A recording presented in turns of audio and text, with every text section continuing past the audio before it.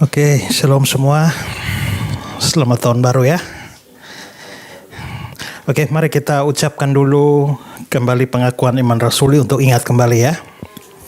Pengakuan iman rasuli. 2, 3. Aku percaya kepada Allah, Bapa yang Maha Kuasa, Khalik langit dan bumi, dan kepada Yesus Kristus, Anaknya yang tunggal Tuhan kita, yang dikandung dari Roh Kudus, lahir dari anak darah Maria, yang menderita sengsara di bawah pemerintahan Pontius Pilatus, disalibkan, mati dan dikuburkan, turun ke dalam kerajaan maut. Pada hari yang ketiga bangkit pula dari antara orang mati, naik ke surga, duduk di sebelah kanan Allah Bapa yang Maha Kuasa, dan dari sana ia akan datang untuk menghakimi orang yang hidup dan mati. Aku percaya kepada Roh Kudus, gereja yang kudus dan am, persekutuan orang kudus, pengampunan dosa, kebangkitan daging dan hidup yang kekal. Ya, itu pengakuan iman rasuli, dan kita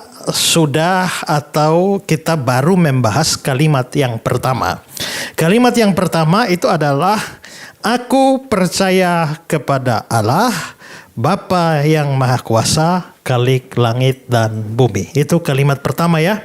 Nah, di dalam kalimat pertama ini kita sudah bahas 4 hal. Pertama adalah aku percaya, kedua percaya, ketiga Allah, keempat Bapa yang Maha Kuasa, dan hari ini kita akan bahas soal Khalik langit dan bumi. Nah, kata Khalik ini sebenarnya kata dalam bahasa Arab yang artinya pencipta. Jadi Khalik langit dan bumi itu artinya pencipta langit dan bumi. Hari ini kita mau belajar soal Allah sebagai pencipta langit dan bumi, dan saya mau bahas beberapa hal di sini. Pertama, saudara, ini tidak berarti bahwa hanya Allah Bapa yang mencipta. Karena saudara, kalau saudara melihat struktur dari pengakuan iman ini, aku percaya kepada Allah Bapa yang Maha Kuasa, dan kepada Yesus Kristus, aku percaya kepada Roh Kudus. Kelihatannya ada pembahasan tentang Tritunggal, 3 pribadi Tritunggal, Bapa, Anak, dan Roh Kudus. Nah, waktu pembahasan tentang Bapa, Khalik langit dan bumi, maka dari struktur itu terlihat bahwa yang menciptakan langit dan bumi ini adalah Allah Bapa. Walaupun di dalam struktur pengakuan iman rasuli demikian, tetapi kita tidak boleh berpikir bahwa hanya Allah Bapa yang menciptakan langit dan bumi. Tidak, ya. Pertama-tama kita melihat bahwa Alkitab juga bersaksi bahwa Sang Anak, pribadi kedua dari Tritunggal, atau Yesus, itu juga dikatakan sebagai pencipta dunia ini. Kita lihat Yohanes 1 ayat 3. Segala sesuatu dijadikan oleh Dia, konteksnya Yesus, ya, logos, firman. Segala sesuatu dijadikan oleh Dia, dan tanpa Dia tidak ada satupun yang telah jadi dari segala yang telah dijadikan. Berarti Yesus itu adalah pencipta segala sesuatu. Lalu Paulus dalam Kolose 1 ayat 16, karena di dalam Dialah, konteksnya Yesus, telah diciptakan segala sesuatu yang ada di surga, yang ada di bumi, yang kelihatan, yang tidak kelihatan, baik singgasana maupun kerajaan, baik pemerintah maupun penguasa. Segala sesuatu diciptakan oleh Dia dan untuk Dia. Yesus pencipta. Lalu penulis surat Ibrani 1 ayat 2, maka pada zaman akhir ini Dia telah berbicara kepada kita dengan perantaraan Anaknya, berarti konteksnya anak Yesus, yang telah ditetapkannya sebagai yang berhak menerima segala yang ada. Oleh Dia, oleh Yesus itu, Allah telah menjadikan alam semesta. Lalu ayat 10, dan pada mulanya ya Tuhan, Tuhan ini Tuhan Yesus, Engkau telah meletakkan dasar bumi dan langit adalah buatan tanganmu. Lalu 1 Korintus 8 ayat 6, satu Tuhan saja, yaitu Yesus Kristus, yang olehnya segala sesuatu telah dijadikan. Lalu wahyu. Mereka menyembah Dia yang hidup sampai selama-lamanya. Berarti itu Yesus kan? Dan mereka melemparkan mahkota di hadapan tahta itu sambil berkata, "Ya Tuhan dan Allah kami, Engkau layak menerima pujian, hormat dan kuasa, sebab Engkau telah menciptakan segala sesuatu, dan oleh karena kehendak-Mu semua itu ada dan diciptakan." Maka sejumlah ayat ini menunjukkan bahwa Yesus itu juga adalah pencipta dunia ini. Dan ini sekaligus kita bisa jadikan sebagai dasar bahwa Yesus itu adalah Tuhan atau Allah. Karena kalau Yesus hanya nabi, tanyakanlah pada mereka, nabi mana yang mencipta dunia? Kalau Yesus itu hanya malaikat, seperti kata saksi Yehova, malaikat mana yang menciptakan segala sesuatu? Kalau Yesus hanya guru moral, guru mana yang menciptakan alam semesta ini? Maka sebenarnya di sini kita bisa lihat juga bahwa justru itu membuktikan bahwa ada banyak perbuatan Yesus yang adalah perbuatan Allah. Salah satunya adalah mencipta. Sehingga kalau Yesus mencipta, itu berarti Dia harus Allah. Tidak bisa tidak. Herlo bilang begini, hanya Allah yang bisa menciptakan sesuatu dari tidak ada. Kalau begitu Allah Bapa mencipta, Tuhan Yesus Kristus juga mencipta. Bagaimana dengan Roh Kudus? Roh Kudus juga ikut mencipta. Lihat Kejadian 1 ayat 2 ya. Kejadian 1 ayat 1 kan Allah pada mulanya Allah menciptakan langit dan bumi. Lalu ayat 2, bumi belum berbentuk dan kosong, gelap gulita menutupi samudra raya, roh Allah melayang-layang di atas permukaan air. Nah, dalam konteks penciptaan dunia, lalu dikatakan roh Allah melayang-layang di atas permukaan air. Ini melayang-layang bikin apa? Dalam bahasa Ibraninya merakefet. Ya, yang biasa kata itu dipakai untuk seekor induk burung itu mengerami telurnya. Sampai akhirnya telur-telur itu menghasilkan sebuah kehidupan, yaitu anak burung keluar. Ya, nah itu kata merakefet itu yang dipakai. Dengan kata lain di sini, waktu Allah menciptakan langit dan bumi, terus roh Allah merakefet, artinya roh Allah bekerja menghasilkan kehidupan. Maka itu berarti Roh Kudus itu atau Roh Allah juga itu turut mencipta dunia ini, ya. Ayub 26 ayat 13. Oleh nafasnya langit menjadi cerah. Kata nafas ini dari bahasa Ibrani ruah, ya. Ruah itu roh. Makanya dalam terjemahan King James, by His Spirit, melalui atau oleh rohnya langit menjadi cerah. Itu konteksnya penciptaan. Maka Roh Kudus juga mencipta. Dan pasal 33 ayat 4. Roh Allah telah membuat aku. Roh Allah membuat aku. Atau mencipta aku. Kalau begitu di sini kita bisa lihat bahwa Roh Kudus juga itu turut mencipta. Charles Ryrie bilang begini. Roh Kudus berperan serta dalam penciptaan bumi. Kejadian 1 ayat 2. Roh Kudus bekerja dalam penciptaan segala jenis hewan. Mazmur 104. Dan penciptaan manusia. Ayub 27 dan 33. Dengan demikian ruang lingkup aktivitasnya mencakup seluruh segi dasar dalam penciptaan. Kalau begitu Allah Bapa mencipta, Anak mencipta, Roh Kudus mencipta. Makanya di dalam Kejadian 1 ayat 26 dia bilang, baiklah kita menjadikan manusia menurut gambar dan rupa kita. Kalau begitu jamak. Maka disinilah Bapa, Anak, Roh Kudus itulah bekerja sama dalam penciptaan. Memang Bapa, Anak, Roh Kudus ini kerjasama terus. Waktu mencipta kerjasama, waktu menebus juga kerjasama, ya. Waktu Yesus bangkit itu juga kerjasama, sampai akhir zaman juga kerjasama. Maka sebenarnya kalau kita belajar tentang Tritunggal itu ada aspek praktisnya. Tritunggal mengajar tentang kerjasama Kristiani, ya. Kalau Bapa mencipta, dia layak disembah. Kalau Anak mencipta, dia layak disembah. Kalau Roh Kudus mencipta, maka dia layak disembah. Ya, jadi kita bisa melihat bahwa Khalik Allah, Khalik langit dan bumi itu mencakup Tritunggal. Lalu yang kedua, Allah menciptakan langit dan bumi itu tidak berarti bahwa hanya langit dan bumi yang diciptakan dalam pengertian modern. Maksudnya pengertian modern itu begini. Kalau kita katakan bumi dalam pengertian modern, maka itu hanya menunjuk pada bola bumi kita. Itu tidak termasuk Mars, tidak termasuk Jupiter, tidak termasuk Saturnus, karena hanya bicara bumi. Tapi waktu Alkitab berkata dia menciptakan langit dan bumi, samayim we'arets, itu sebenarnya dalam Kejadian 1 ayat 1 itu ungkapan namanya ungkapan merisme. Merisme itu adalah gaya bahasa Ibrani untuk menyatakan seluruh realitas ciptaan, tapi hanya menyebutkan bumi. Jadi walaupun hanya diucapkan bumi, tapi maksudnya bukan hanya bola bumi saja.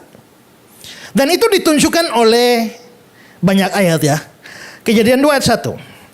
Demikianlah diselesaikan langit dan bumi dan segala isinya. Kalau Kejadian 1 ayat 1 cuma langit dan bumi.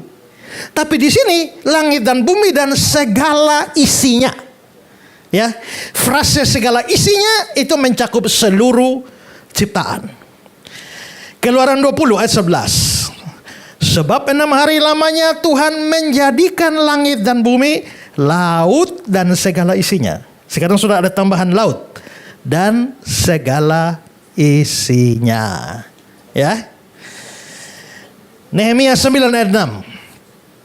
Engkau telah menjadikan langit, ya langit segala langit. Kenapa dibilang langit? Ya langit segala langit. Karena dalam pengertian orang Ibrani, langit itu sama dengan surga.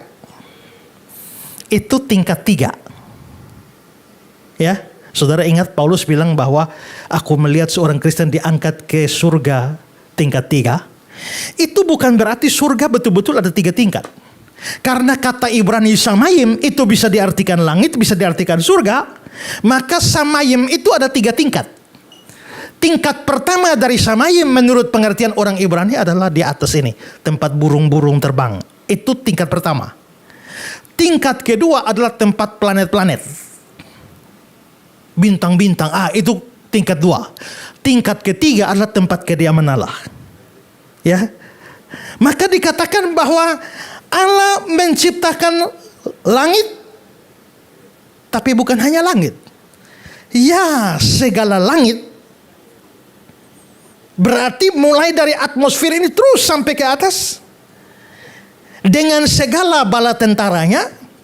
Bala tentara langit itu apa?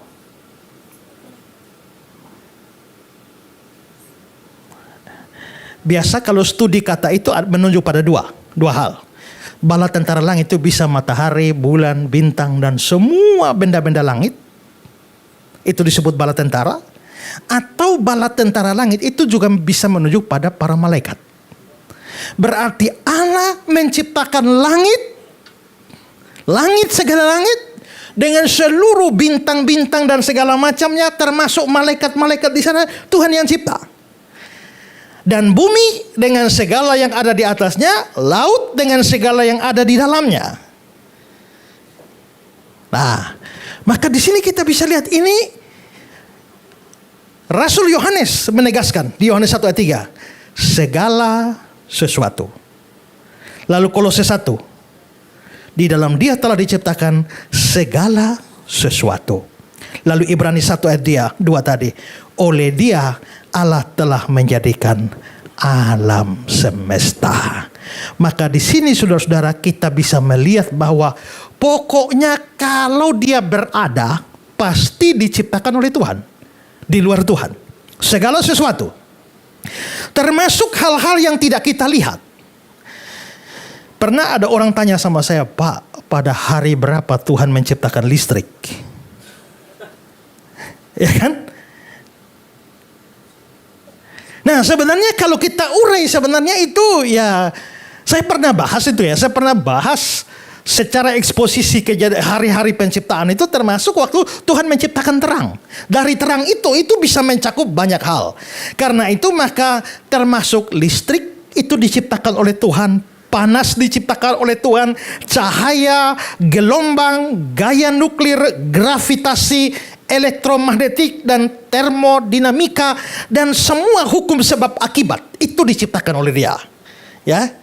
Karena itulah maka dalam pengertian semutlak-mutlaknya, maka di sini kita menolak semua teori yang berseberangan dengan kreasionisme, termasuk penciptaan-penciptaan atau yang khusus makhluk hidup manusia.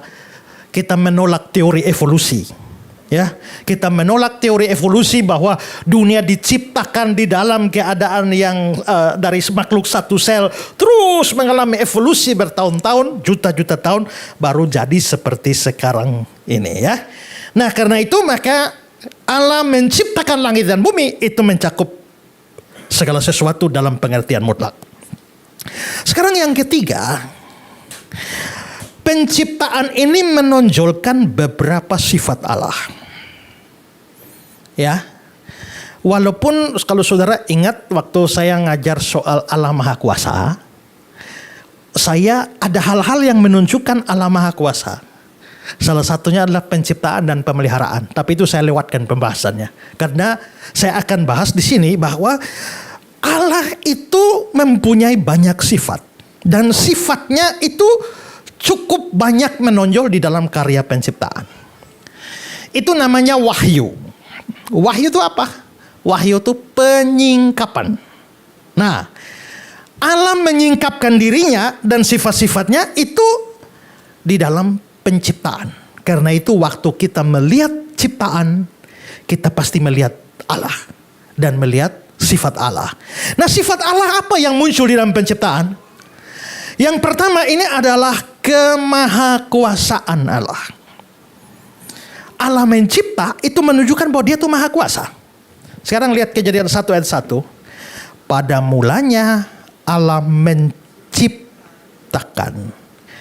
Kata menciptakan ini itu bahasa Ibrani-nya bara. Ya. Nah, kata bara ini adalah kata yang eksklusif. Dihubungkan dengan tindakan mencipta oleh Allah.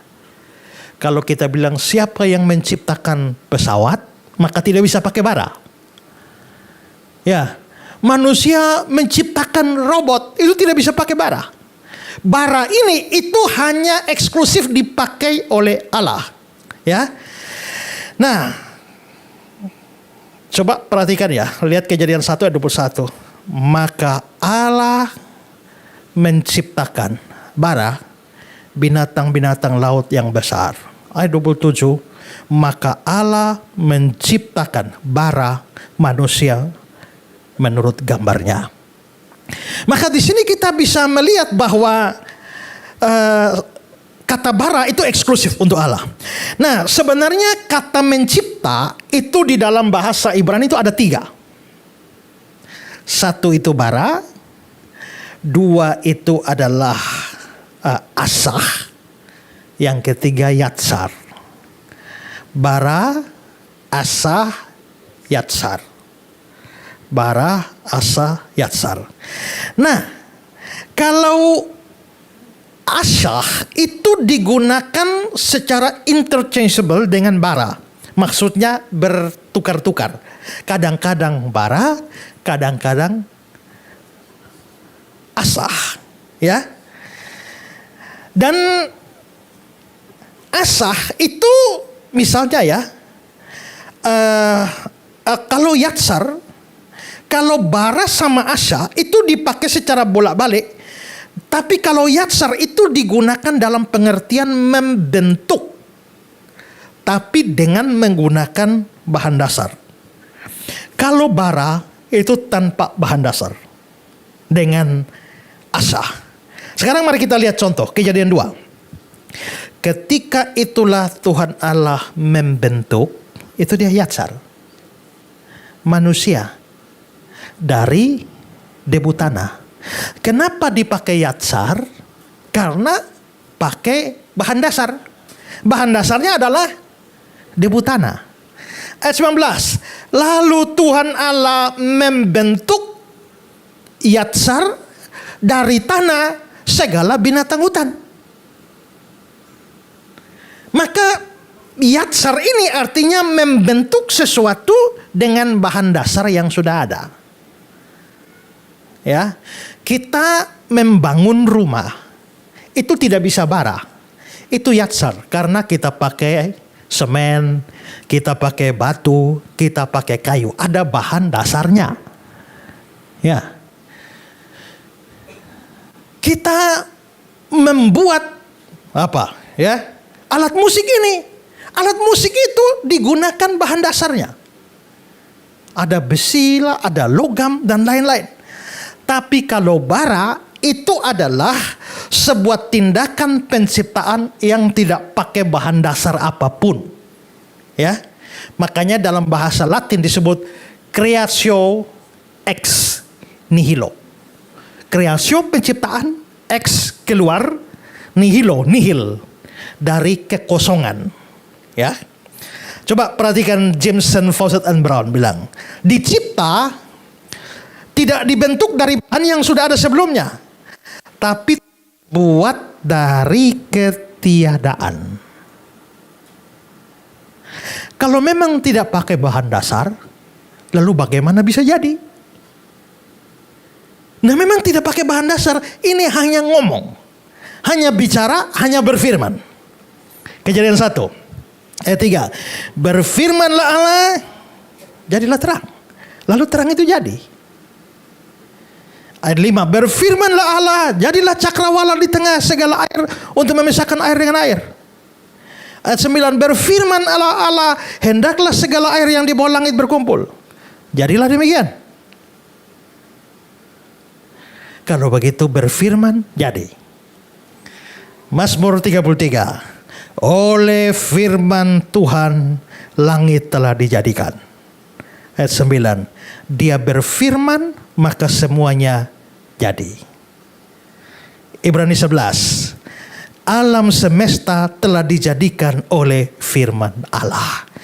Nah, saudara-saudara, kalau begitu ngomong dan jadi ini luar biasa. Dan ini kemahakuasaan Allah. Kita boleh terkagum-kagum dengan segala macam teknologi manusia sekarang.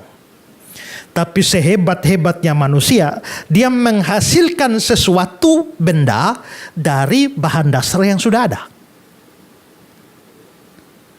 Tapi Allah itu membuat segala sesuatu dari kekosongan. Dan ini menunjukkan bahwa betapa maha kuasanya dia. Makanya dalam Yeremia 32 ayat 17, ah Tuhan Allah, sesungguhnya engkau telah menjadikan asah langit dan bumi dengan kekuatanmu yang besar dan dengan lenganmu yang terentang. Tiada satu apapun yang mustahil bagimu.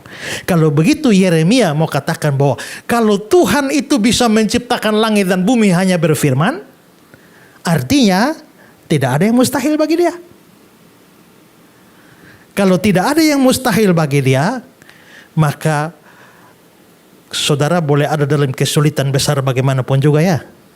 Tapi kalau dia mau tolong, tidak ada yang sulit. Karena langit saja keluar hanya dengan ngomong, muncul langit. Hanya dengan satu kata terang keluar. Hanya dengan kata-kata laut tercipta. Masakan hanya mau menolong kita kok susah? Ya, makanya dalam Lukas 7 ayat 7 itu dia bilang begini, katakan saja sepatah kata, maka hambaku itu akan sembuh. Kalau langit dan bumi keluar hanya dengan berfirman, masa usir penyakit saja susah? Maka cukup sepatah kata saja sembuh. Pak, kalau memang hanya sepatah kata saja sembuh, kenapa ada banyak orang Kristen gak sembuh? Malah meninggal. Seperti Pak Aris. Bukan karena Tuhan gak maha kuasa, tapi bahwa Tuhan memang gak mau. Karena Tuhan tidak selamanya mau menyembuhkan. kalau dia mau pasti bisa. Kadang-kadang Tuhan mau menyembuhkan. Kadang-kadang Tuhan mau menyembuhkan yang lain dan yang lain tidak. Dan kadang-kadang dia tidak mau menyembuhkan yang sama sekali. Pernah satu kali ada banyak orang sakit dan dia sembuhkan semuanya. Tapi orang lumpuh yang di kolam itu ya, dia sembuhkan kan? Tapi ada banyak orang sakit di situ kan? Tapi ternyata hanya si lumpuh yang disembuhkan, yang lain tidak. Dan pada satu ketika banyak orang datang berbondong-bondong mau disembuhkan. Tapi Yesus malah menyingkir. Artinya kita harus yakin bahwa kalau Tuhan mau membuat mujizat pasti bisa. Tapi dia tidak selamanya mau melakukan. Paulus itu kurang iman apa? Di sini kita harus hati-hati. Kebanyakan kalau orang bikin acara KKR kesembuhan ilahi, mereka menjamin pasti sembuh. Lalu kalau tidak sembuh bagaimana? Saudara kurang beriman. Kan begitu ya? Sekarang pertanyaannya, apakah Paulus kurang beriman? Paulus sangat beriman, tapi ternyata Tuhan juga tidak sembuhkan dia. Tuhan bilang, cukup sudah kasih karuniaku, sebab dalam kelemahanmu kuasaku jadi sempurna. Maka Tuhan itu kadang mau menyembuhkan, kadang tidak mau. Tapi kalau dia mau, cukup satu kata saja, sembuh. Karena itu kita tidak boleh memaksa Tuhan. Orang sakit, kita berharap Tuhan membuat mujizat kesembuhan. Tapi semua kembali kepada Tuhan. Ya. Pernah ada orang tanya sama saya, Pak, kenapa ya kok rasul-rasul itu orang yang cinta Tuhan semua tapi matinya kok jelek semua ya? Mati dibunuh, mati ditombak, mati ini. Kok kenapa orang mengasihi Tuhan kok matinya buruk begitu ya? Dan kenapa orang baik cepat mati ya? Kasihan. Loh. Saudara, kalau orang dalam Tuhan itu dia mati, saudara kasihan, dia senang. Ya toh? Karena Paulus bilang, kalau aku hidup untuk Tuhan, mati keuntungan. Makanya dulu waktu John Stott mati, ada banyak orang kirim turut berduka cita. Turut berduka cita. Tapi hanya ada 2 orang yang mengucapkan turut bersuka cita. Salah satunya saya. Turut bersuka cita bersama dengan John Stott. Turut berduka cita bersama dengan keluarga. Dengan keluarga kita berduka cita. Tapi dengan almarhum kita bersuka cita karena kita percaya dia bahagia sekarang. Makanya ada teman saya, Pendeta Budi Asali kan sakit-sakitan. Lalu dia bilang begini, kalau saya mati, sudah bahagia di sana, ada orang di dunia ini yang doakan supaya saya bangkit. Begitu saya bangkit, orang pertama yang saya tempelin dia. Saya sudah bahagia di sana, tidak ada sakit lagi. Malah disuruh bangkit lagi dan dapat sakit lagi. Ya, orang yang ada di dalam Tuhan itu kalau dia meninggal bahagia. Kalau Tuhan mau bangkitkan bisa, tapi kalau Tuhan tidak mau bangkitkan kita tidak usah paksa. Ya, jangan ikut seperti yang di Jogja itu. Siapa? Malang, Semarang ya. Ya, mati tidak mau dikubur. Karena yakin bahwa akan dibangkitkan. Ya di Semarang juga. Di Jogja juga ada itu. Mati itu mereka sampai sekian hari. Mereka ibadahnya ibadah pembangkitan. Bukan penghiburan. Ya. Tapi karena tidak bangkit-bangkit. Akhirnya polisi harus turun tangan paksa. Harus kubur. Ya. Dan akhirnya hanya beberapa orang yang menguburkan tanpa tahu dia dikuburkan di mana. Tapi mereka bilang ada dasar Alkitabiahnya, yaitu Musa pun kuburannya disembunyikan oleh Tuhan. Jadi pemimpinnya pun tidak mau dikasih tahu kubur di mana ya. Jadi saudara, di sini kita bisa lihat bahwa Tuhan Maha Kuasa. Tapi Tuhan Maha Kuasa tak berarti bahwa dia selalu mau melakukan. Dia bisa bikin mujizat, tapi Tuhan itu cara menolong kita tuh beda-beda. Kalau ngomong begini saya teringat doanya Pendeta Raprap. Dia bilang begini. Contohnya, saya itu terlalu pengen makan KFC. Ayam KFC. Tapi yang ada di depan saya ini hanya tempe dan tahu. Lalu saya berdoa, Tuhan, ubahlah tempe dan tahu ini menjadi KFC. Dalam nama Yesus. Amin. Masih tempe dan tahu. Nah berubah. Maka dia berdoa lagi, Tuhan dalam nama Yesus ubahlah tempe tahu ini jadi ayam KFC. Amin. Nah berubah juga. Dia menderita, Tuhan ubahlah. Ternyata tidak berubah juga. Lalu akhirnya dia bilang, Tuhan, saya minta engkau ubah tempe dan tahu di muka saya ini jadi KFC. Tapi tidak berubah. Masalahnya di pikiran dan hati saya hanya ada KFC. Kalau begitu sekarang saya minta mujizat baru. Ubahlah ayam Kentucky di hati dan pikiran saya ini menjadi tempe dan tahu. Begitu dia amin, dia sudah senang makan tempe dan tahu. Nah, dia bilang itu mujizat. Satu mujizat di luar, satu mujizat di dalam. Gitu ya. Jadi penciptaan alam semesta menunjukkan Tuhan Maha Kuasa.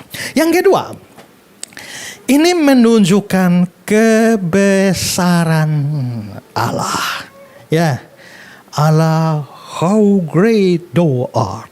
Betapa besar, sangat besar Allah.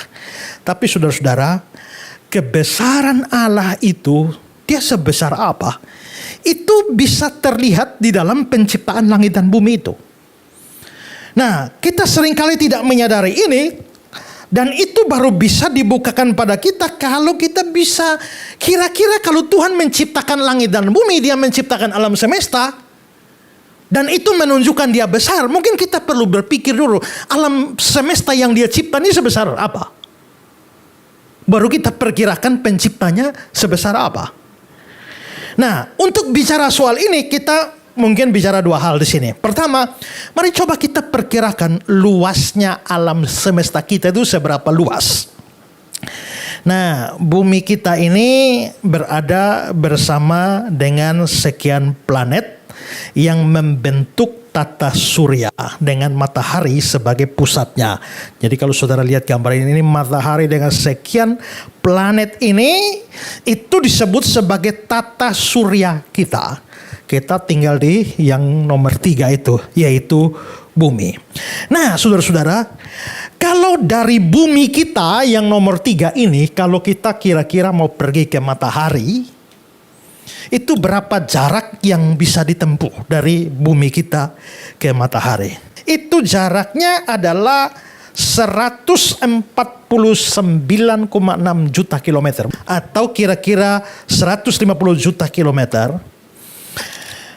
Di dalam perhitungan kecepatan itu bisa cepat 500 detik kecepatan cahaya. Untuk bisa membayangkan kecepatan cahaya ini begini, kita seandainya bisa bikin pesawat yang kecepatannya seperti cahaya. Kecepatan cahaya itu adalah 300.000 kilometer per detik. Ya. 1 detik 300.000 kilometer.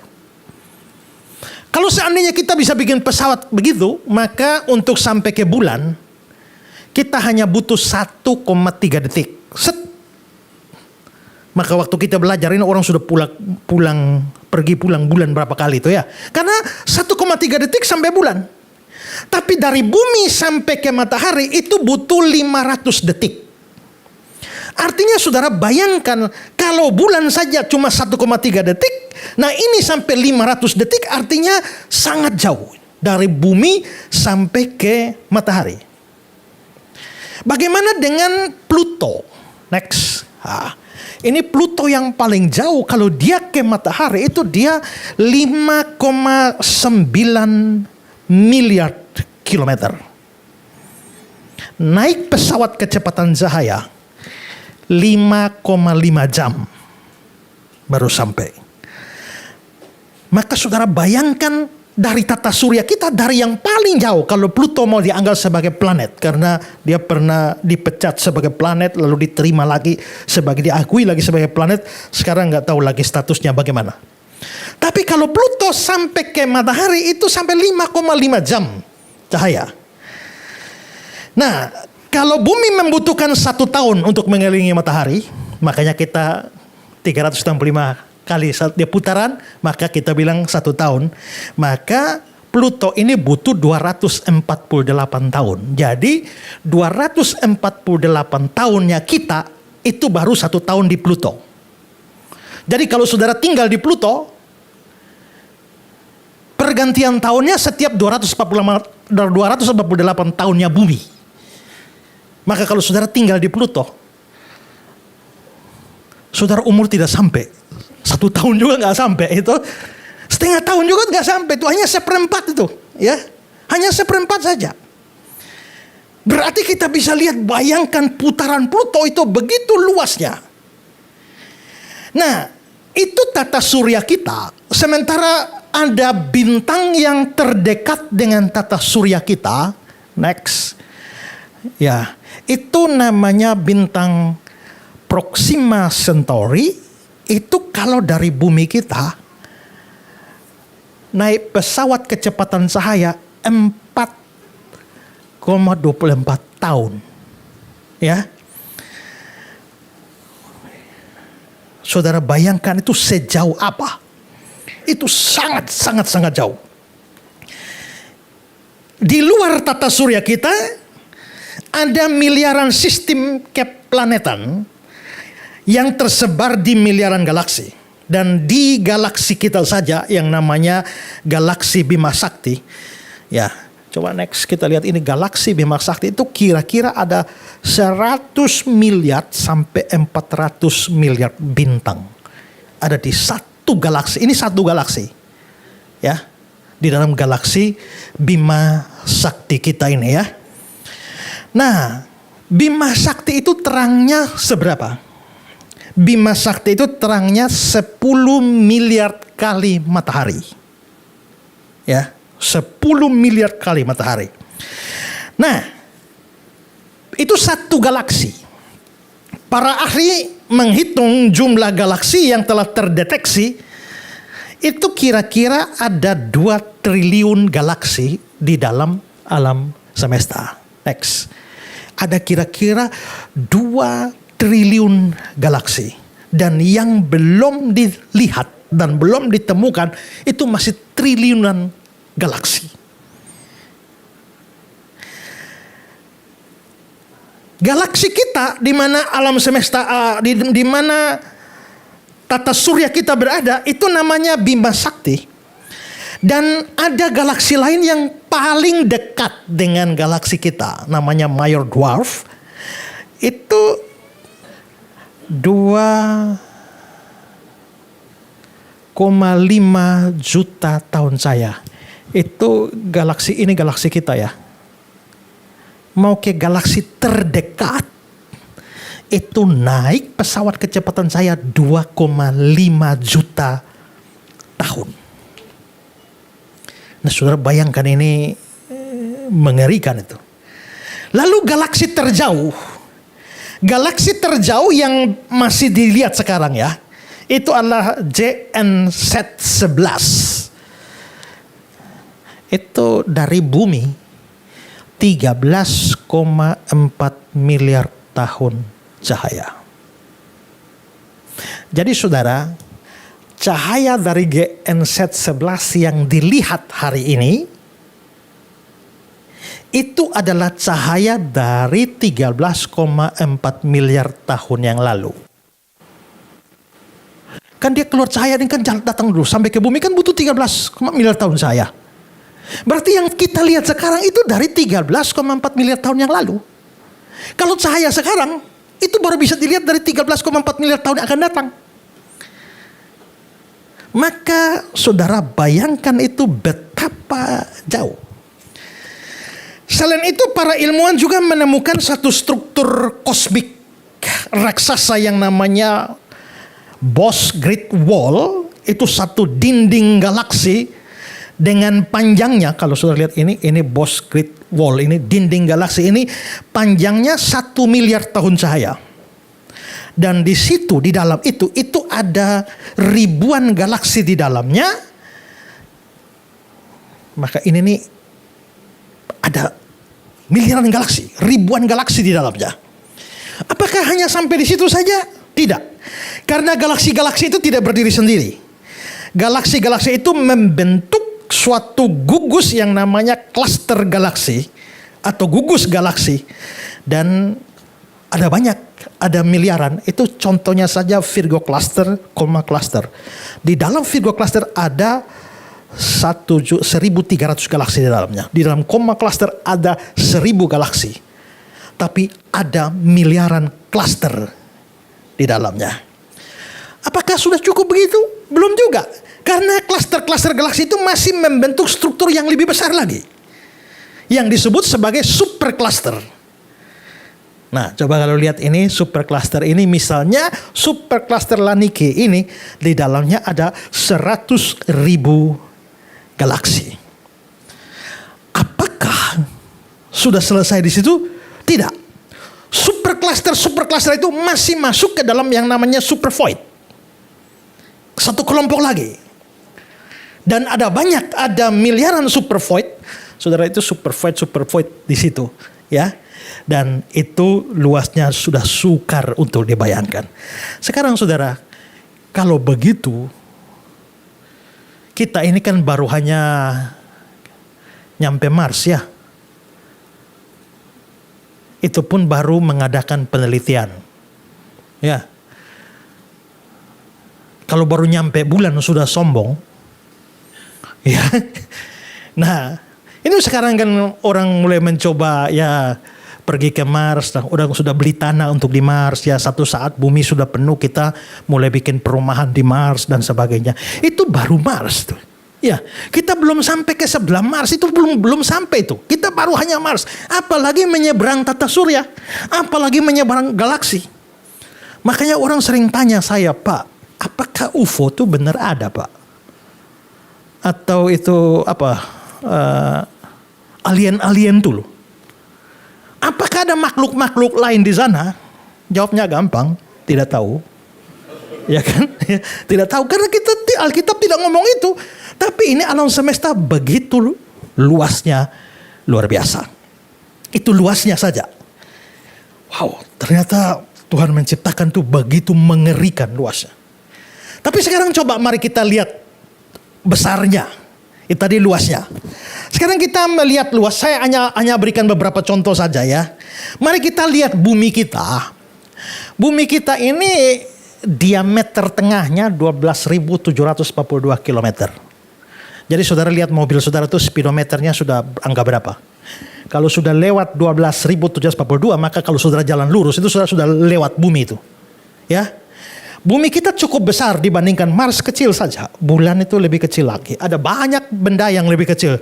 Bumi kita cukup besar 12.742.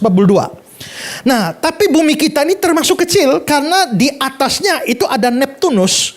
Neptunus itu cukup besar, 49,244 km. Itu bumi kita jadi kecil begitu dibandingkan dengan Neptunus yang sangat-sangat besar.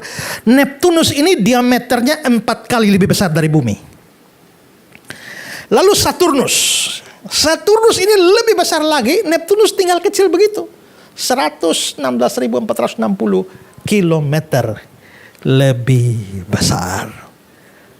Bumi kecil sekali. Lalu Jupiter. Jupiter inilah planet yang terbesar dalam tata surya kita. Nah, 139.820 kilometer. Saturnus menjadi kecil semacam itu. Nah, jadi saudara bayangkan bahwa dengan besaran semacam ini, kalau kita mau banding semua tata surya kita, planet-planet di dalamnya, dia akan jadi begini. Itu bumi kita nih. Jupiter, Saturnus. Bumi kita kecil begitu. Ya. Saya waktu lihat gambar begini, saya mikir tiba-tiba Jupiter terguling ke sini. Dia melindas bumi, tahu-tahu tiba-tiba kita habis. Ya. Tiba-tiba kita bisa lenyap. Pelat semua itu. Kalau sampai Jupiter menabrak kita. Betapa besarnya. Jupiter itu begitu luar biasa. Tapi ternyata Jupiter itu tidak ada apa-apanya dibandingkan dengan matahari kita. Nah, matahari kita 1.392.000 kilometer. Itu Jupiter tinggal kecil segitu. Ya. Nah, kalau dengan diameter matahari semacam ini, pernah diadakan perhitungan kira-kira diameternya matahari begini, kalau kita nyusun bumi 1 buah bumi, 2 buah, 3, 4, 5, 6. Itu dibutuhkan 109 buah bumi untuk ujungnya matahari. 109 buah bumi. Ya. Dalam skala gambar, kalau bumi kita gambarkan 1 mm saja, bumi 1 mm, maka matahari 10,9 cm. Maka itu sudah sangat besar. Nah, seandainya kita isi bumi ke dalam matahari, matahari itu bisa mengisi berapa buah bumi? Untuk bisa kasih penuh matahari, itu perlu 1.300.000 buah bumi. Baru bikin penuh matahari. Maka saudara bayangkan, matahari itu sebesar apa itu? Kalau dibandingkan, next. Maka ini matahari begini. Kita punya bumi itu. Ya, sangat kecil. Jupiter pun tidak ada apa-apa dibandingkan dengan matahari kita. Luar biasa Tuhan ciptanya. Tapi saudara, apakah matahari ini sudah sangat paling besar? Tidak. Karena ada bintang lain lebih raksasa dari matahari, namanya bintang Buni.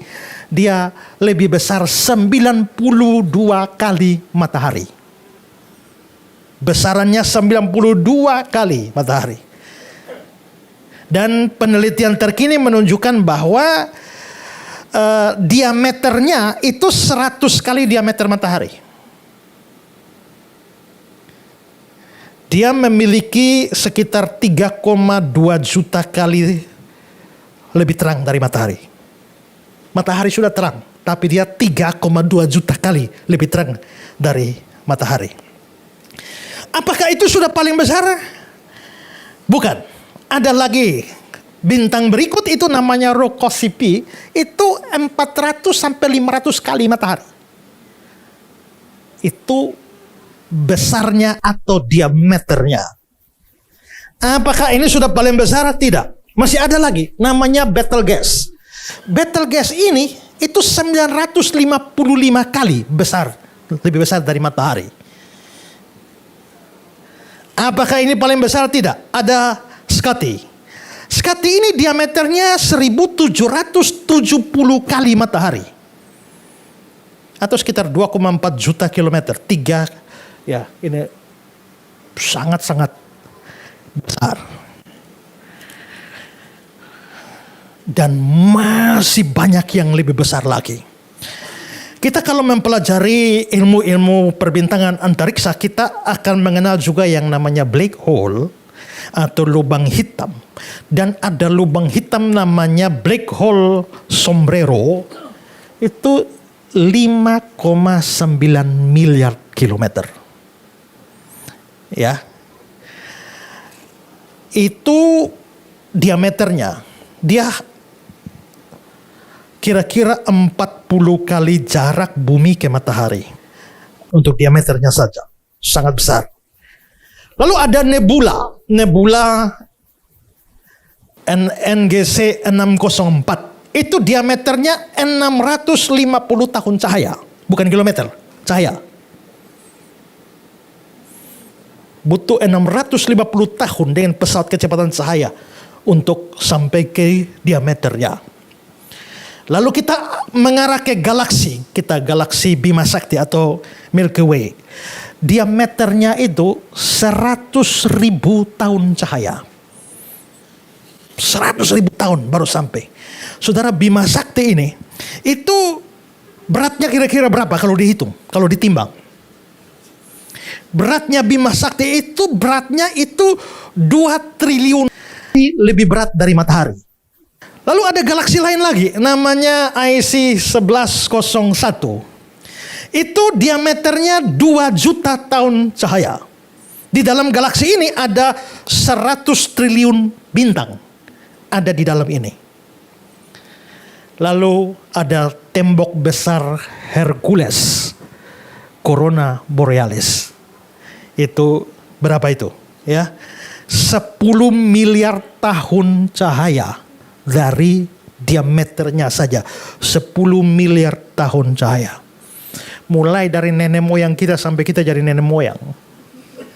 Ya, kita bahkan mendekati saja tidak. Kenapa saya ungkapkan ini? Ini mau menunjukkan bahwa Tuhan mencipta itu begitu luar biasa. Alam semesta, besarnya benda-benda yang ada di dalam alam semesta ini. Sekarang saudara, kalau memang kira-kira kita melihat Tuhan cipta begini besar, apa yang saudara pikirkan tentang dirimu sendiri? Betapa tidak berartinya kita, bukan? Jangankan kita, matahari saja nggak ada artinya, tata surya kita nggak ada artinya, bumi kita nggak ada artinya, apalagi kita. Ya, itulah sebabnya kalau orang sombong itu orang tidak tahu diri. Ya, baru punya duit sedikit sombongnya minta ampun. Ya, punya popularitas sedikit sombongnya minta ampun. Tapi kalau kita bayangkan betapa besarnya, makanya dalam Yesaya 40 ayat 15 dia bilang, sesungguhnya bangsa-bangsa adalah seperti setitik air dalam timba. Itu pun mestinya lebih kecil lagi. Dianggap seperti sebutir debu pada neraca. Sesungguhnya pulau-pulau tidak lebih dari abu halus beratnya. Tapi sekarang saudara, kira-kira saudara bayangkan, setelah pikir begini, kira-kira Tuhan Allah sebesar apa? Kalau ciptaannya sebesar itu, penciptanya sebesar apa? Ya, Yeremia 32. Ah, Tuhan Allah, sesungguhnya Engkau yang menjadikan langit dan bumi dengan kekuatan-Mu yang besar dan lengan-Mu yang terentang. Tuhan Maha Kuasa. Makanya harusnya bila kulihat bintang gemerlapan dan bunyi riuh guru ku dengar. Setelah lihat semua, then sing my show, how great thou art, how great thou art. Kalau saya lihat bintang saja sudah begini besar, maka saya harus ingat Tuhan Allah yang cipta bintang ini pasti lebih besar lagi. Kalau kita lihat alam semesta begini besar, lalu yang menciptakan alam semesta bagaimana? Maka Tuhan itu begitu luar biasa besar yang kita tidak bisa bayangkan. Maka penciptaan langit dan bumi, pertama kemahakuasaan Allah. Yang kedua kebesaran Allah. Yang ketiga ini kebijaksanaan dan kebaikan Allah. Ini kalau kita seringkali kita punya saudara-saudara bersyukur dalam segala sesuatu ya. Saya pernah khotbah tentang ucap syukur dalam segala sesuatu. Lalu saya rinci segala sesuatu itu apa?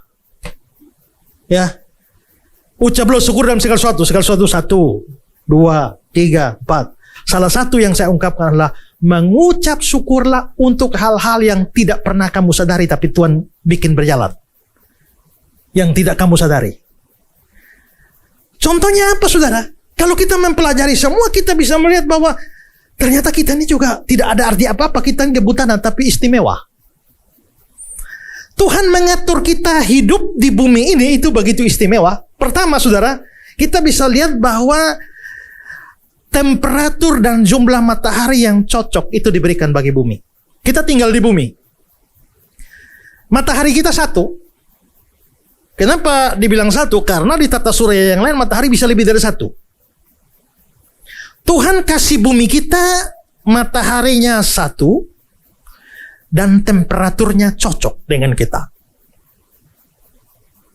Saudara, matahari itu kan kelompok termasuk tergolong bintang ya. Salah satu bintang yang menjadi matahari kita. Dan matahari kita itu termasuk bintang dengan temperatur sedang. Ya. Nah, saudara, salah satu bintang-bintang itu temperaturnya beda-beda. Salah satu bintang yang lain itu namanya Wolf Rayet WR102. Ini bintang WR102 itu bumi kita kecil di sana dibandingkan dengan bintang WR102. Nah, saudara, panasnya itu adalah 200.000 derajat Celcius. Ya.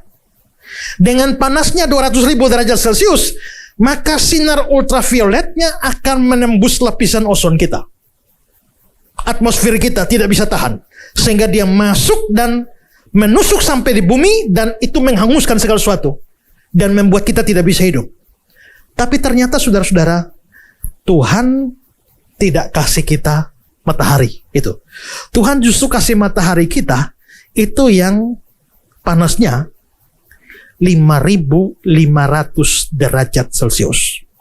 Rata-rata permukaan matahari kita cuma 5.500. Nah, karena 5.500 itulah, ya, kalau saudara lihat itu matahari kita dengan 5.500 derajat, itu membuat dia tidak terlalu panas dan tidak terlalu dingin. Kalau dengan 5.500 itu kita cukup. Tapi kalau seandainya Tuhan kasih yang ini, WR102 jadi matahari kita, saudara bayangkan kita semua angus. Makanya saudara, pernahkah saudara bersyukur, Tuhan terima kasih karena Tuhan kasih bumi ini satu matahari saja. Dia kasih 2 saja kita habis.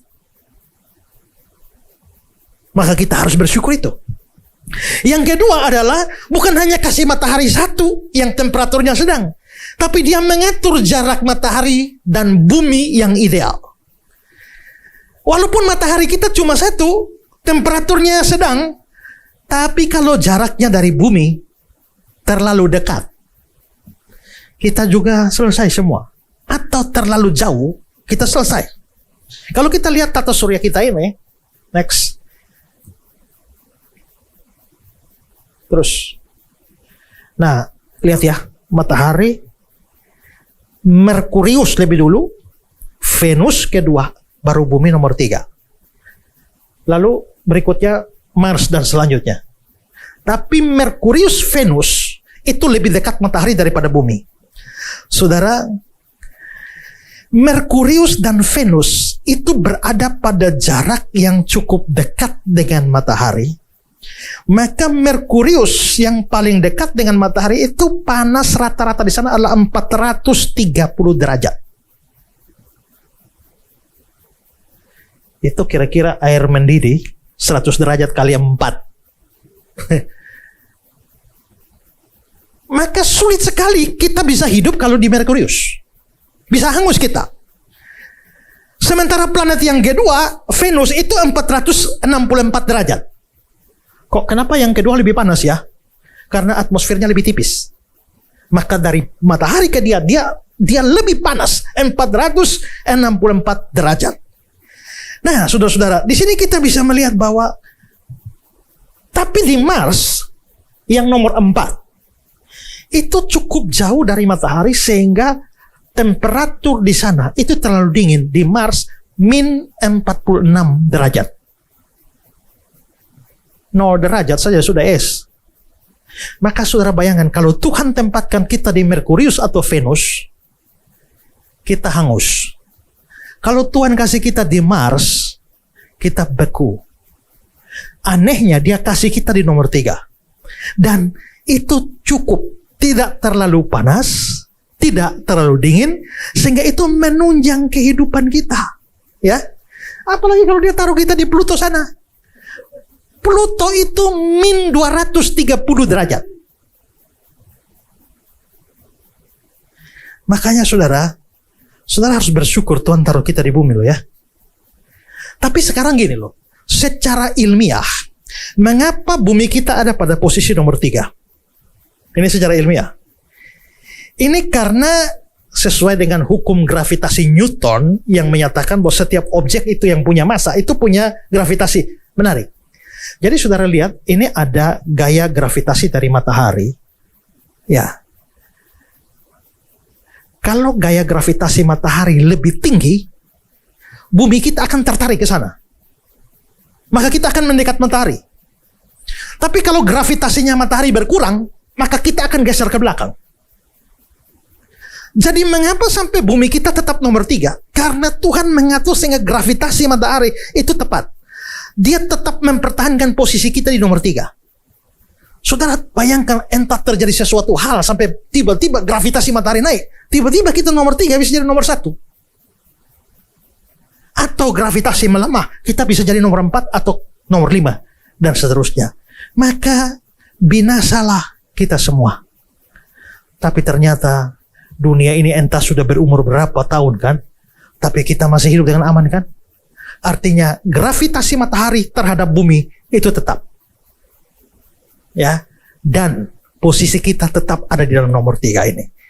Maka seharusnya kita bersyukur, terima kasih Tuhan, bahwa Tuhan menciptakan kita dengan posisi yang tepat. Sekarang, yang ketiga. Yang ketiga, ini adalah kecepatan yang tepat dari rotasi bumi pada porosnya. Kita tahu bahwa bumi kita tuh berputar ya. Selain mengelilingi matahari, tapi dia juga berputar pada porosnya. Next. Ya, kalau saudara lihat gambar ini bumi kita nih berputar. Kecepatan putaran bumi itu 1670 km per jam. Itu kecepatannya. Nah, perputaran rotasi bumi ini menentukan siang dan malam. Makanya kita dengan matahari kita siang, kita malam. Nah, saudara bayangkan bahwa bagaimana kalau tiba-tiba putarannya yang 1670 ini tiba-tiba melambat. Entah karena sesuatu hal dia putarannya kurang dari 1670. Apa yang terjadi? Kalau bumi kita putarnya lambat. Ini satu hari ini kan 1670 dia putarannya, makanya kita satu hari 24 jam ya.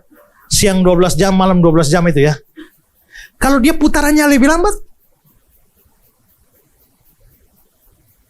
maka siang jadi sangat panjang. Malam akan menjadi sangat panjang. Ya. Maka satu hari kita 24 jam. Tapi kalau dia sedikit lambat itu bisa sampai satu hari bisa 30 jam. Satu hari bisa sekian jam. Itulah sebabnya hitungan jam di kita, di bumi dan di planet lain itu beda. Ya. Dan saudara-saudara, kalau siang lebih panas, maka dan malam sangat dingin, itu sangat mempengaruhi kehidupan. Terutama tumbuh-tumbuhan, hangus semua. Kalau tumbuhan hangus semua, maka produksi oksigen tidak ada. Maka kita semua sesak napas.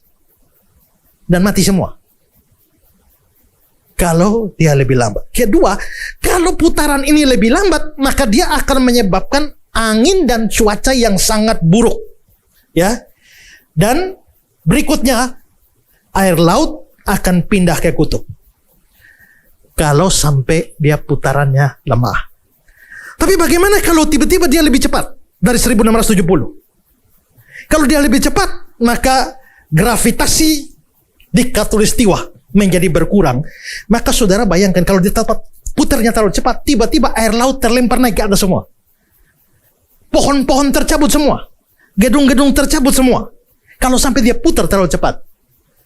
Itu sama seperti saudara taruh barang satu di bola, tiba-tiba saudara putar kencang, itu terlempar semua. Maka saudara bayangkan, seandainya bumi putar lebih cepat, kita semua terbang. Ya, tidak injak bumi lagi. Ya, dan bumi akan menjadi gepeng. Lalu akan muncul badai yang sangat ekstrim terjadi di bumi ini. Nah, maka di sini kita bisa melihat ya, bahwa ternyata Tuhan sudah mengatur putaran itu tetap. Dan karena itulah maka kita masih aman-aman di bumi. Kalau begitu Tuhan menciptakan bumi ini tidak sembarang. Seperti Mazmur 104, dia bilang, betapa banyaknya perbuatanmu ya Tuhan, sekaliannya kau jadikan dengan kebijaksanaan. Tuhan cipta dengan bijaksana. Amsal 3. Dengan hikmat Tuhan telah meletakkan dasar bumi. Dengan pengertian ditetapkannya langit. Kalau begitu, di balik penciptaan langit dan bumi, kita melihat kebijaksanaan dan kebaikan Allah. 3 hal. Kemahakuasaan Allah, kebesaran Allah, hikmat dan bijaksananya Allah. Maka kalau begitu mulai sekarang bersyukur tuh jangan hanya bersyukur karena sembuh dari sakit, dapat kenaikan gaji, bisnis jalan lancar. Sudah mesti bersyukur ya. Terima kasih karena bumi berputar pada porosnya dengan kecepatannya. Terima kasih Tuhan karena gravitasi matahari tidak berubah. Terima kasih Tuhan karena komposisi oksigen dan nitrogen itu tidak berubah. Ya, mau kerapatan beda di gunung dan laut, tapi komposisinya itu tetap oksigen dan nitrogen. Satu naik, mati kita semua. Saudara bersyukur, laut paling dalam itu Palung Mariana. Apa yang terjadi kalau laut paling lebih dalam dari Palung Mariana? Habis kita semua. Ketebalan kerak bumi itu diatur. Begitu kerak bumi kurang dari itu atau lebih dari itu, mati kita semua. Saya mempelajari ini semua, bagaimana menghubungkan dan melihat alam semesta ini kalau terjadi. Dan saya menemukan ternyata Tuhan memang menciptakan. Jadi kalau dibilang ini hanya tiba-tiba terjadi Big Bang, ledakan besar lalu terciptanya alam semesta yang begini rapi, itu tidak bisa. Ya. Karena itu kita bersyukur bahwa Tuhan menciptakan semua, memberikan yang baik pada kita tanpa kita sadari. Ini baru hujan sedikit, banjir naik sedikit saja kita pusing semua ya. Saudara lihat itu bumi di sini ya. Ada bulan di sini kan? Saudara tahu apa ini bulan ini? Itu mempengaruhi air laut naik turun. Kalau bulan turun sedikit, maka laut akan naik sedemikian rupa merendam bumi 2 kali sehari. Maka kita air bah 1 hari 2 kali. Kalau sampai bulan turun. Tapi bersyukur naik turunnya bulan itu sedikit saja mempengaruhi pasang surut air laut yang tidak bahaya. Maka ada banyak hal yang Tuhan buat kita tidak pernah doa minta, tapi Tuhan kasih kita every day.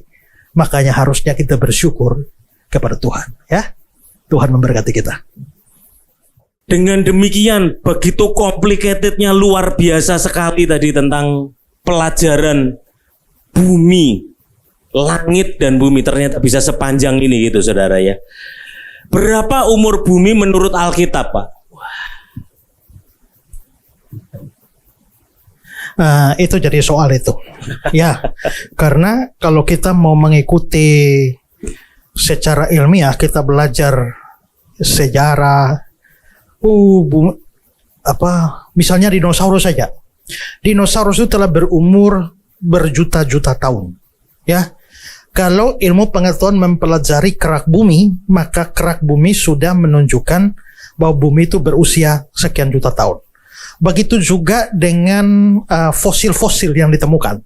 Itu sudah berumur berjuta-juta tahun. Tapi kalau kita melihat dari Alkitab, kelihatannya masih sangat pendek. Kenapa? Karena kita sekarang ada pada tahun 2026. Ya, kita bulatkan 2000 saja. Tuhan Yesus kapan? Tuhan Yesus 2000 tahun yang lalu. Ya. Lalu Tuhan Yesus ke belakang 1000 tahun ada Daud. Tambah 500 tahun ke belakang itu ada Musa. Tambah 500 tahun ke belakang itu ada Abraham. Berarti Abraham ke Yesus 2000 tahun, lalu dari Yesus ke kita 2000 tahun, lalu Abraham ke belakang itu kira-kira sampai Adam itu kira-kira 2000. Nah, kalau Adam sampai Abraham 2000, Abraham sampai Yesus 2000, lalu Yesus sampai kita 2000, berarti baru 6000 tahun.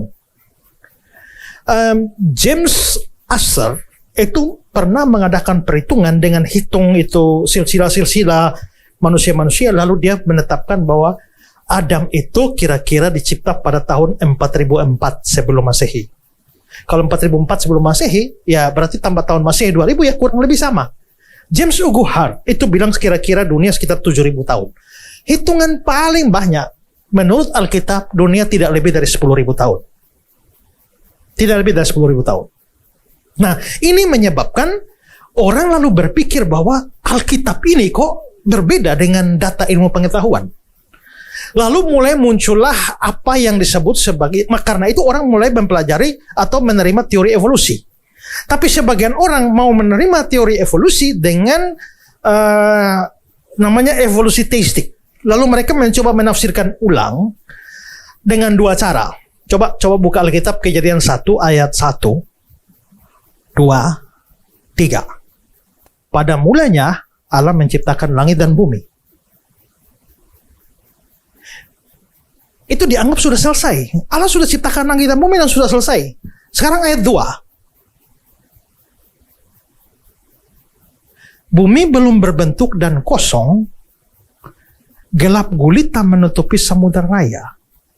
Kalau Kejadian 1 ayat 1 sudah bilang Tuhan menciptakan langit dan bumi dan selesai, kenapa kok ada kosong di sini? Ya. Gelap gulita menutupi samudera raya. Maka muncul penafsiran bahwa sebenarnya antara Kejadian 1 ayat 1 dan ayat 2 itu ada suatu gap panjang di situ. Nah, inilah yang disebut sebagai gap teori. Jadi mereka mengatakan bahwa sebenarnya di Kejadian 1 ayat 1 itu Tuhan sudah selesai cipta. Tapi iblis merusak. Iblis merusak entah berapa berjuta-juta tahun baru Tuhan cipta kembali di ayat yang kedua. Nah, itu namanya gap teori. Teori yang kedua itu namanya X-day teori, teori hari zaman. Nah, Tuhan kan menciptakan dunia ini dalam 6 hari. Pertanyaannya adalah, hari itu dalam bahasa Ibrani Yom. Pada Yom Ehad, hari pertama Tuhan cipta ini. Yom kedua, Yom ketiga. Nah, Yom itu apa? Yom itu hari. Tapi di dalam Alkitab, Yom juga bisa berarti zaman.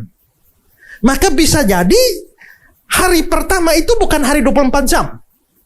Tapi itu satu zaman yang sangat panjang. Mungkin bisa jutaan tahun. Lalu hari kedua jutaan tahun lagi. Hari ketiga jutaan tahun. Maka Tuhan mencipta dalam 6 hari berarti jutaan tahun. Dan cocok dengan ilmu pengetahuan.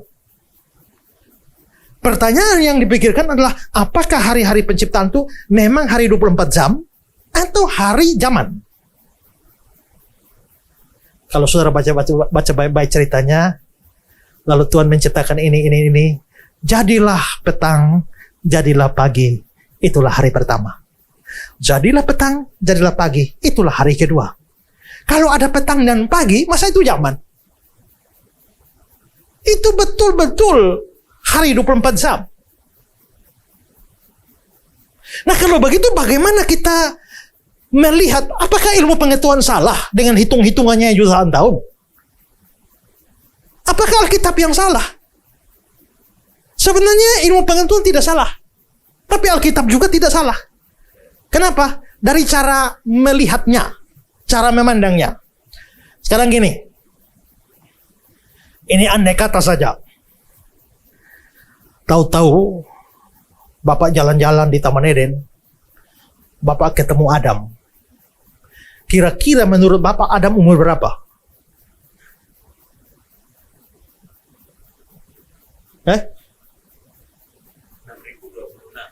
Nah. Saudara ketemu, misalnya saya lihat Pak Yos nih. Kayaknya orang umur 50-an lah. Kepala 5 nih ya. Ya. Oh, kalau saya lihat Pak Aryono, wah ini kayaknya kepala 5 nih. Kira-kira kalau saudara tahu-tahu hari ke-7 ketemu Adam, saudara lihat dia kepala berapa? Umur berapa? 30 ya. Kayaknya nih Om ini umur 30. Karena kita mengamati fisiknya 30 tahun. Tapi tahukah saudara ini hari ke-7 dan Adam dicipta hari ke-berapa? Hari ke-6 kan? Berarti menurut Alkitab umurnya berapa? Baru 1 hari. Ya kan? Mengamati fisik 30 tahun. Tapi dilihat dari Alkitab 1 hari. Sekarang saudara, kalau tahu-tahu ada ahli ilmu botani pergi ke Taman Eden, lalu dia potong pohon, lalu dia pelajari kambiumnya. Dari usia gini, pohon ini diperkirakan umur 100 tahun. Padahal baru hari kemarin dicipta. Berarti baru 1 hari, 2 hari. Tapi kenapa ilmuwan bilang itu telah 100 tahun? Disinilah kita melihat bahwa ternyata Tuhan menciptakan bumi itu bukan bayi, dalam keadaan bayi. Tuhan menciptakan bumi dalam keadaan dewasa. Maka Tuhan menciptakan langit dan bumi. Selesai kan? Besok tahu-tahu ada seorang geolog pergi dan dia gali itu kerak bumi, dia hitung, wih ini telah miliaran tahun. Padahal baru 1 hari. Maka di situ sebenarnya apakah ilmu pengetahuan salah? Tidak juga. Karena mereka meneliti fisiknya. Apakah Alkitab salah? Tidak juga. Kenapa? Karena Alkitab menyorotinya dari saat penciptaan dunia diciptakan dalam keadaan dewasa, bukan bayi. Karena itu Alkitab benar, ilmu pengetahuan benar juga. Jadi tidak perlu dikonfrontasikan. Karena sudut pandang. Gitu ya. Kalau sekarang kita lihat ya, tadi saya bilang ya, itu cahaya dari 14,3 miliar. Kalau kita bisa lihat cahayanya sekarang, itu berarti cahaya yang keluar dari 14,3 miliar tahun yang lalu. Itu kan penilaian secara fisik. Tapi kan Tuhan baru cipta dia kemarin, set, lalu cahayanya ada. Berarti tidak harus dari 14,3 miliar tahun yang lalu. Jadi sudut pandang ilmiah atau sudut pandang Alkitab yang kita pakai. Jadi dua-dua sama-sama benar. Ya. Wow. Jadi sebetulnya tuh semuanya nyambung gitu ya, teologis dan logis gitu loh, tergantung dari sudut pandangnya kita melihat dari mana. Tapi ini dalam hubungannya dengan bahasa Alkitab, ini lucu nih pertanyaannya nih Pak. Langit baru dan bumi baru nanti itu diciptakan lagi, atau yang lama ini buminya direnovasi? Ya, jadi begini, kan Tuhan cipta, tapi kalau semua sudah rusak dalam dosa, maka akan ada pembaharuan segala sesuatu. Nah, yang dibaharui itu langit yang lama diganti jadi langit yang baru, bumi yang lama diganti jadi bumi yang baru, tubuh kita yang lama diganti jadi tubuh yang baru waktu hari kebangkitan. Nah, sekarang saya tanya, kira-kira nanti di surga, kan sekarang gini loh ya, misalnya Bapak mati hari ini, Bapak masuk surga, tapi baru jiwa dan roh Bapak saja di surga, tubuh belum. Ya, hari Senin kemarin itu jiwanya Pak Ari sudah di surga, tubuhnya kan belum kan? Nanti besok ya, atau kapan kremasinya? Besok pagi. Tubuhnya masih di sini, jiwanya sudah di sana. Tapi nanti waktu akhir zaman, tubuhnya beliau dibangkitkan. Tubuh kita juga dibangkitkan. Baru digabungkan dengan jiwa dan roh kita, masuk surga utuh sebagai manusia, tubuh jiwa roh. Tapi yang sekarang masuk surga itu baru rohnya saja. Kalau saudara matinya masuk neraka, maka sekarang jiwa atau rohnya saya neraka, tubuhnya belum. Begitu hari kebangkitan, baru dibangkitkan, digabung sama jiwa rohnya masuk neraka. Nah, sekarang kita tidak omong orang di neraka, omong di surga. Waktu kebangkitan, Tuhan Yesus datang kebangkitan orang mati, itu nanti kita ada bahas khusus ya. Aku percaya kebangkitan orang mati, itu kan dalam pengakuan iman rasul. Jadi saya bahas detail di situ ya. Tapi pada waktu kita bangkit itu, tubuh loh. Kita kira-kira masih saling kenal atau tidak?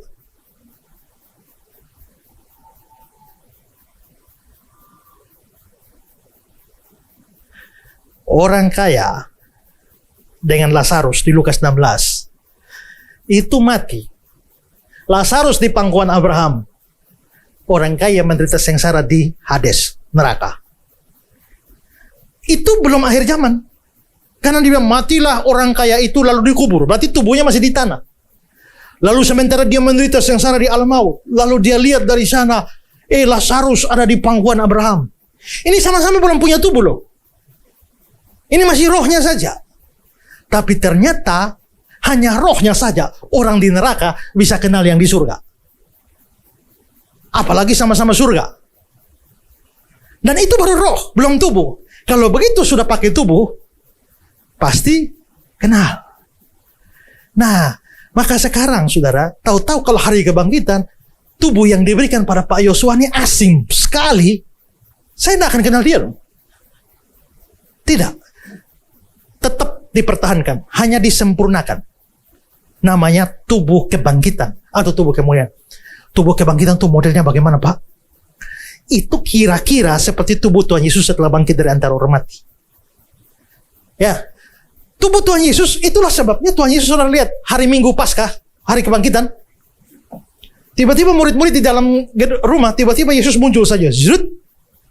Habis ngomong, tiba-tiba dia hilang. Artinya, tubuh itu bisa tembus tembok. Tapi ternyata kepada Thomas dia bilang, lihatlah tangan. Mari cucukkan. Lihat lubang baku. Apakah dia bisa diraba? Bisa. Makanya disuruh Thomas, ayo raba. Bisa makan? Bisa. Tapi bisa tembus tembok. Artinya tubuhnya sudah di-upgrade. Sekarang pertanyaannya, waktu Yesus bangkit, ya, waktu Yesus bangkit, dia masih pakai tubuh yang lama atau tubuh baru? Baru ya. Ciri yang lama masih ada enggak? Masih ada bekas paku itu. Artinya tubuh Kristus yang setelah bangkit itu tubuh lama yang di-upgrade. Sekarang coba lihat Filipi 3:21.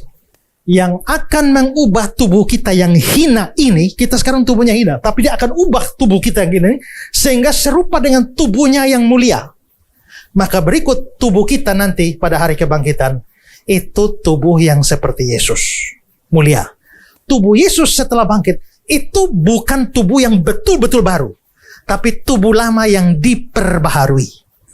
Nah, maka pemulihan tubuh itu pakai tubuh lama yang diperbaharui. Maka bumi waktu diperbaharui, langit dan bumi baru, itu bukan ciptaan yang sama sekali baru. Tapi itu adalah bumi lama, langit lama yang diperbaharui. Ya, jadi bukan sama sekali baru, sama seperti tubuh. Itu. Wow. Kita masih ada hubungannya dengan begitu banyak tadi kita ngomong tentang galaksi dan semua alam semesta yang luar biasa tadi. Kalau galaksi sebesar itu, apakah ada kemungkinan surga itu nantinya merupakan salah satu dari planet atau galaksi tertentu, Pak? Sekarang saudara, sebelum Tuhan menciptakan alam semesta dan galaksi-galaksi, Tuhan ada di mana? Berarti surga ada lebih dulu ya dari alam semesta ya. Kalau begitu surga tidak termasuk di situ. Sederhana begitu.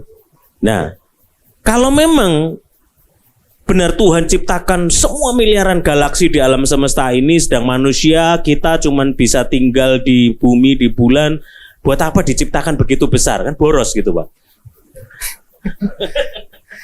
Kalaupun mau boros, apa ruginya bagi Tuhan? Tong dia ngomong saya jadi kok. Ya, pertama, mungkinkah ada kehidupan di sana? Kalau yang dipikirkan kehidupan model kayak kita, maka tidak bisa. Tak usah omong galaksi lain. Omong tata surya kita saja tidak bisa. Karena kita tidak mungkin tinggal di Merkurius, Venus, karena kita pasti angus. Mars sampai Pluto, tidak bisa karena kita pasti beku. Sementara itu juga di Jupiter, itu ada badai, disebut badai abadi. Karena tiap hari badai di sana. Kalau kita tinggal di Jupiter, tiap hari badai, habis kita. Di Uranus atau Neptunus, saya lupa, itu baunya kayak telur busuk. Jadi kalau kita tinggal di sana, kita bau busuk tiap hari. Jadi untuk makhluk jenis kita, paling cocok bumi. Tadi yang saya bilang tidak mungkin kita hidup di Merkurius karena kita angus. Seandainya ada makhluk lain yang tahan panas, yang namanya bukan manusia, ya mungkin saja. Ya, karena dia tidak terbatas dengan kita. Ya. Atau di Jupiter atau di mana kita nggak tahu. Tapi di sini Alkitab tidak pernah bicara apa-apa tentang ada makhluk lain di luar sana. Nah, sehingga seandainya memang tidak ada apa-apa, cuma kita sendirian di bumi, di alam semesta ini. Kenapa sih Tuhan cipta banyak-banyak sih? Gampang saja. Mau menunjukkan betapa besarnya dia. Ya, dengan dia menciptakan segala sesuatu besar, dan kita menjadi tahu begitu besar, kita, waduh kalau begitu Tuhan besarnya bagaimana ya? Maka penciptaan alam semesta yang begitu besar, itu hanya mau menyatakan kebesaran Allah, kemahakuasaan Allah. Tanpa harus berarti bahwa ada makhluk lain di sana. Ya, kalau seandainya ada, mungkin makhluk lain di sana juga sedang bertanya-tanya, apakah hanya kita di sini ya? Ya, maka sementara kita mencoba mencari mereka, mereka juga berusaha mencari kita. Saya pernah baca kira-kira sekitar tahun 1977 itu ada upaya untuk mengirim semacam gelombang tertentu yang nanti akan, kalau ada makhluk lain di sana, mereka akan tangkap gelombang itu. Nah, tapi untuk sampai gelombang itu sampai ke sasaran sana tuh, itu butuh 1000 tahun. Dan seandainya memang ada makhluk sana yang menerima gelombang dari kita dan tingkat teknologinya seperti kita, maka mereka kirim kemana itu 1000 tahun lagi. Maka kita butuh 2000 tahun baru dapat jawabannya, dan sudah almarhum semua. Ya.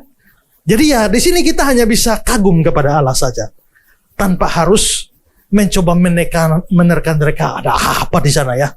Pikiran kita nggak sampai ya. Itu. Saya akan tutup dengan satu pertanyaan lagi karena kita akan tutup dengan on time. Kita akan menuju ke rumah duka di tempat Pak Aris. Kalau Allah Bapa harus menciptakan langit dan bumi bersama Yesus dan Roh Kudus, itu berarti Bapa itu tidak maha kuasa dong, karena dibantu oleh Yesus, Firman, dan Roh Kudus. Bukan masalah dibantu.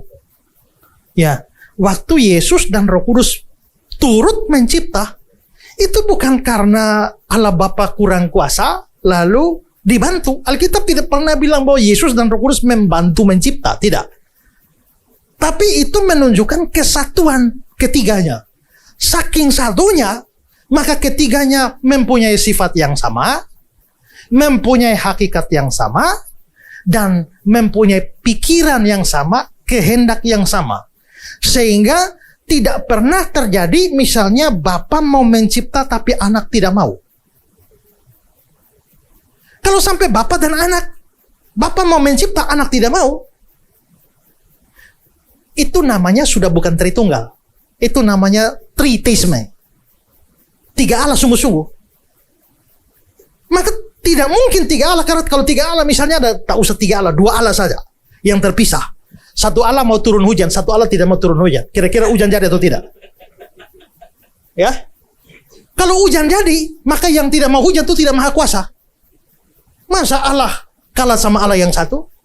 Nah, Tritunggal tidak begitu. Karena Tritunggal bukan tiga Allah, maka apa yang diinginkan oleh Bapa pasti diinginkan oleh Anak dan Roh Kudus. Maka ketika Bapa mau mencipta, Anak dan Roh Kudus juga mau. Begitu Bapa memutuskan untuk mencipta, Anak dan Roh Kudus juga memutuskan mencipta. Jadi bukan Bapa dan Anak dan Roh Kudus membantu Bapa. Tidak. Itu karya bersama ketiganya. Gitu. Kita berikan tepuk tangan buat Pak Esra yang sudah memberkati kita.